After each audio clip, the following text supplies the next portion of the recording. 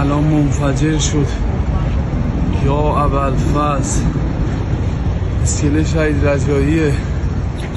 ما همه تو کانتینر رو جنازه سا داره رو هوا میره. یا ابوالفضل ما الان اونجا بودیم. حسن ما الان اونجا بودیم.